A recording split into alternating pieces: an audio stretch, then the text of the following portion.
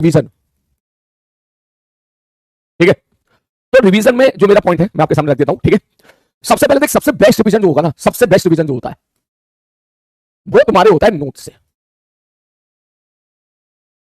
ठीक है, जो नोट्स आप क्लास में बनाते हो, ठीक है, जो क्वेश्चंस आप क्लास में लिखते हो, ठीक, जब भी जितने बच्चों ने बढ़िया तरीके से नोट्स बना रखे हैं, मैं उन्हें ये बात बोलूंगा कि भाई साहब वहां से रफ कॉपी पर बढ़िया से आप प्रैक्टिस करो। ठीक है, याद रखना लेक्चर देखने से कोई उतना फायदा नहीं होगा, लेक्चर देखने से 5% का फायदा होगा, लेकिन अगर तो अपने नोट से रफ कॉपी पे बढ़िया तरीके से कलम घिस रहा होगा तो 100% फायदा होगा। याद रखना मेरी बात, हमारे पास हमने, क्योंकि एग्जाम में जब आप जाते हो ना, तो एग्जाम में जाते हो तो वही चीज काम आती है जिसके लिए आपने कलम घिसा होता है, वही चीज याद रहती है जिसके लिए आपने कलम घिसा होता है, बाकी सब भूल जाते हैं। लेकिन जो मैंने आपको सोचा है नई चीज, ये तो उन बच्चों के लिए होगा जो बेचारे खूब मेहनत कर रहे हैं, जो प्रॉपर नोट्स बना रहे हैं। ठीक, रिवीजन के लिए मैंने सोचा है कि मैं आपको एसकेएससी की पीडीएफ में मार्क करके दूंगा।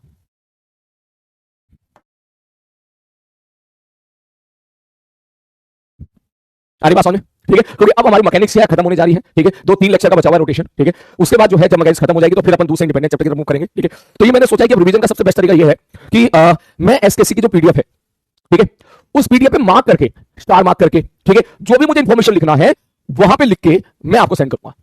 अरे बात समझ में? जैसे कि एक क्वेश्चन बहुत इंपॉर्टेंट है तो मैं वहां पर स्टार डालकर लिख दूंगा, this is very important question, इसको रफ कॉपी में 3-4 बार प्रैक्टिस कर लो। और मैं इस बात का ध्यान रखूंगा कि आपका समय कम से कम जाए और कम से कम समय में आपका सारा चैप्टर का रिवीजन हो जाए।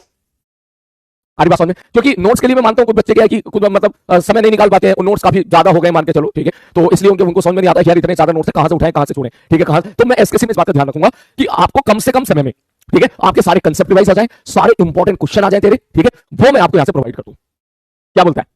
ठीक है, क्योंकि एसकेएससी में मैंने बहुत अच्छे से लिख रखा है एक एक चीज। ठीक है, देसी भाषा में समझा रखा है मैंने। ठीक है, कि देखो ये ऐसा है, ये ऐसा है, ये ऐसा है, एक एक चीज तुझे ऐसा लगेगा जैसे कि भाई साहब सलीम भैया ही पढ़ा रहे हैं। ठीक है, तो वो चीज आपको क्लास से भी कनेक्ट कर देगी। ठीक है, और कम से कम समय में आपका जो है वो रिवीजन कर देगी। I think this is the best. ठीक है, मुझे लगता है ये सबसे बेस्ट है।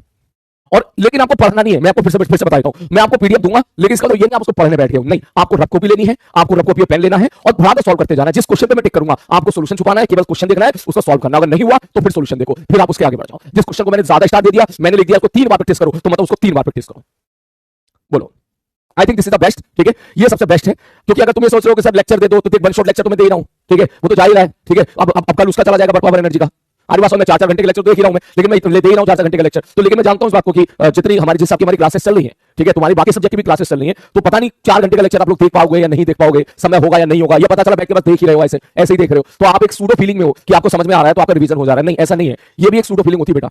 हमारी बात में ये भी एक सूडो फीलिंग होती है कि आप देख रहे हो लेक्चर को और आपको समझ में आ रहा है और आपको लग रहा है कि रिवीजन हो रहा है, और फिर जब एग्जाम में जाते हो तो फिर कोई गलती हो जाती है और फिर आप कहते हो कि यार ये तो यार पता नहीं क्यों गलत हो गया यार, 180 में से मेरे तो 140 ही रह गए, मेरे तो 130 ही रह गए। इस गैप को समझना बहुत जरूरी है बेटा, इस गैप को समझना बहुत जरूरी है। और इस गैप जो गैप आ रहा है ना कि आपके मार्क्स 180 में 170 आने चाहिए लेकिन एग्जाम में 120 आ रहे हैं, 110 आ रहे हैं, ये इस गैप की जो मेन वजह है वो है कलम ना घिसना। सीरियसली बता रहा हूं, कलम ना घिसना। मैं एक सवाल तुझे यहां पर जो है तुझे बढ़िया तरीके से समझा के लेके चला जाऊं और बिलीव मी अगर वही क्वेश्चन में डेटा बदल के तुझे दे दूं तो तुम में से बहुत सारे बच्चे ऐसे होंगे जो फर्स्ट अटेम्प्ट में फिर भी गलत कर देंगे, वो इसलिए क्योंकि पहली बार उन्होंने उसको समझा था ना कि नोट्स में लिखा था। बोलो, क्लियर है? ये जो मुझे लगा यार, ठीक है, मैं बहुत दिन से सोच रहा था रिवीजन के लिए कि मैं क्या करूं यार, क्या बेस्ट किया जा सकता है। ठीक है, तो मैं अपने पास्ट को मैंने याद किया, अपने पास जब मैं एज ए स्टूडेंट हुआ करता था यार, हमें कभी रिवीजन की प्रॉब्लम नहीं आई, कभी प्रॉब्लम नहीं आई रिवीजन की। सीरियसली बता रहा हूं, मैं सोचा क्यों प्रॉब्लम नहीं आई रिवीजन की यार, फिर मुझे याद है इसलिए प्रॉब्लम नहीं आई रिवीजन की। रोज क्लास अटेंड करते थे हम लोग, रोज नोट्स बनाते थे हम लोग, क्लास में बढ़िया नोट्स बनाते थे हम लोग, अपने हाथों के नोट्स लिखे होते थे तो हमको याद भी रहता था यार ये चीज लिखी, ये चीज लिखी। ठीक, तो बस उसको मैं देख रहा होता था। तुम में से ना जाने कितने सारे बच्चे ऐसे जो पीपीटी से पढ़ रहे हैं, तुम में से ना जाने कितने बच्चे ऐसे जो केवल बैठ के देखते हैं, केवल बैठ के देख रहे हैं, तुम में से ना जाने कितने बच्चे ऐसे होंगे जिनके आधे अधूरे नोट्स बने होंगे, तो उन सबको रिवीजन की प्रॉब्लम आएगी। क्या करें फिर वो, ऑब्वियसली। तो इसलिए मैं आपसे बोलूंगा प्लीज आगे नोट्स बनाओ, note banana is very important, very important, very important बेटा। ऑनलाइन जो टीचिंग आई है, ऑनलाइन जो रेवोल्यूशन आया है, इस रेवोल्यूशन ने लाखों बच्चों को वो कंटेंट तो प्रोवाइड कर दिया जिससे सिलेक्शन हो सकता है, जिससे रैंक आ सकती है, लेकिन ना जाने कितने हजार बच्चे हैं वो इस बात को नहीं समझ पाए अभी तक कि सिलेक्शन होता कैसे है, अभी तक नहीं समझ पाए। ठीक है, तो प्लीज मैं आपसे बोलूंगा कलम घिसो, आज बात समझे, क्वेश्चन ट्राई करो, खुद से करो, नोट्स बनाओ प्रॉपर्ली। मैं ये नहीं कह रहा हूं कि बहुत लंबे थोड़े अलग अलग पेन से नोट्स बना रहे हो, नहीं, लेकिन एटलीस्ट इतना तो लिखो कि आपको वो पेज देखने के बाद आपको समझ में आ जाए कि आपने जो क्वेश्चन के साथ वक्त बताया था, जो क्लास में वक्त बताया था, वो क्या था। क्लियर? ओके, ठीक है बंधु, करेक्ट है? तो भैया आज मेरे को बता दे आज कौन से चैप्टर का देना है, सारे बच्चे बताएं कहां से स्टार्ट करें हम लोग। पीडीएफ में प्रोवाइड करूंगा, मैं लेके दूंगा अलग से, मैं बैठूंगा उसके लिए, मैं टेबल चेयर पे, ठीक है, मैं उसको मार्क करूंगा, टेंशन ना ले। ठीक है, सारे बच्चे मुझे बताएं। ठीक, आप एक काम करेंगे, ठीक है, एक सेक्शन अलग बना लेते हैं रिवीजन का। ठीक है, एक रिवीजन का सेक्शन अलग बना लेंगे पीडीएफ में, मैं बैच मैनेजर को बोल दूंगा, उसमें केवल रिवीजन वाली पीडीएफ ही रहेंगी। ठीक है, अब मुझे बता दे आज कौन सा चैप्टर चाहिए। स्टार्टिंग से बोलो।